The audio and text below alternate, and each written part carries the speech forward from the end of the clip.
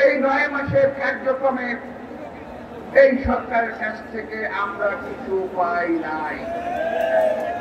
এই সরকারের মধ্যে যারা আছেন তাদের বেশিরভাগ অর্থাৎ প্রায় 90% এই দেশের নাগরিক নয়।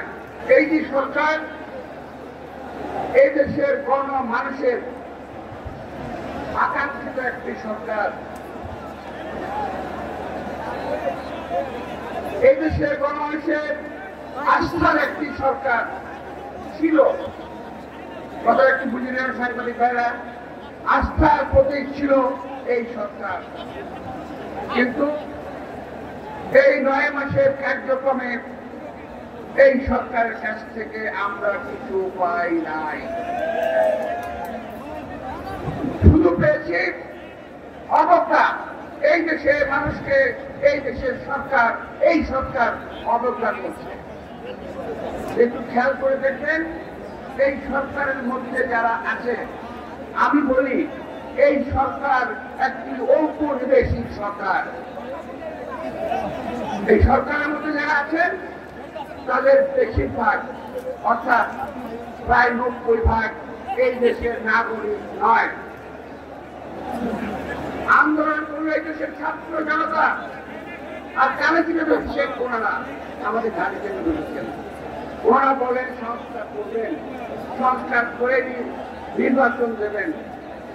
এই 9 মাসে যারা পারেন নাই, 9 বছরও পারবেন না, 90 বছরও পারবেন না। সুতরাং এই দেশের জনগণের কাছে ক্ষমা চেয়ে আপনি দয়া করে একটা ব্যবস্থা নেন। কি ব্যবস্থা নেবেন আপনারা ভালো বলতে পারবেন। আজকে আমরা এই সরকারের কাছ থেকে কয়েকটি জিনিস আমি ব্যক্তিগতভাবে জানতে চাই। আমি অনেকদিন আগে প্রশ্ন করেছিলাম একটা মিলিয়ে, সেন্ট মার্টিনের কি হলো, সেন্ট মার্টিনে কি হচ্ছে, সাজেকে কি হচ্ছে, এটা একটু এই সরকার আমাদের স্পষ্ট করুন।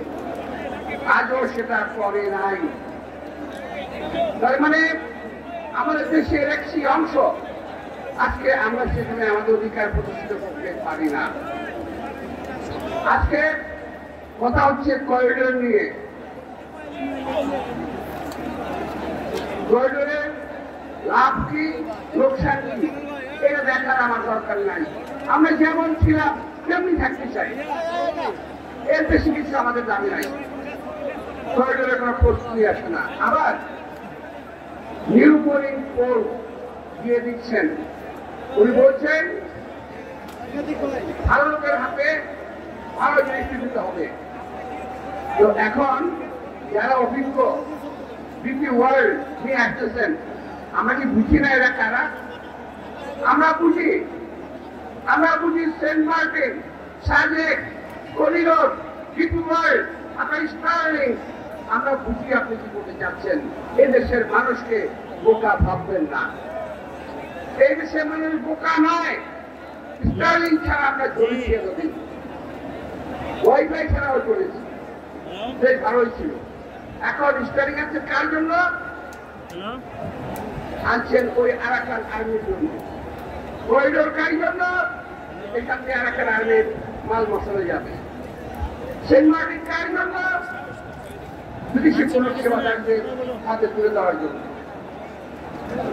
প্রিয় ভাইরা, এই তরুণ সমাজ, এই যুবক সমাজ, যদি আপনার কথা বুঝে থাকেন, একজন তরুণ বেঁচে থাকতে হলেও বেঁচে থাকতো এই দেশের ভৌগোলিক অখণ্ডতা আমরা কখনো বিঘ্নিত হতে দেব না।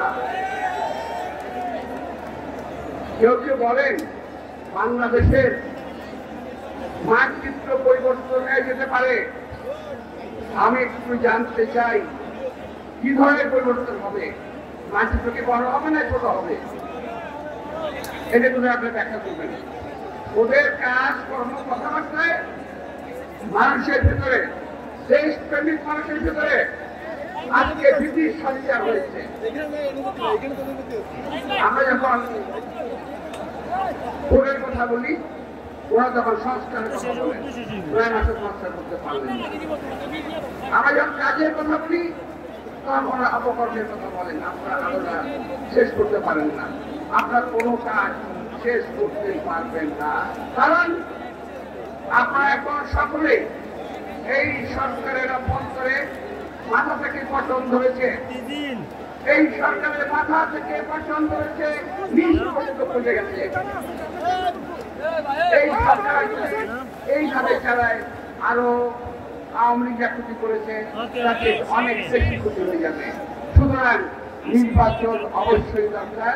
নির্বাচনে যে কোনো দল আসুক, একটা নির্বাচিত সরকার হাতে এই দেশের স্বাধীনতা, সার্বভৌমত্ব, ভৌগোলিক অর্থনৈতিক ক্ষমতা নিরাপদ থাকবে বলে আমি বিশ্বাস করি।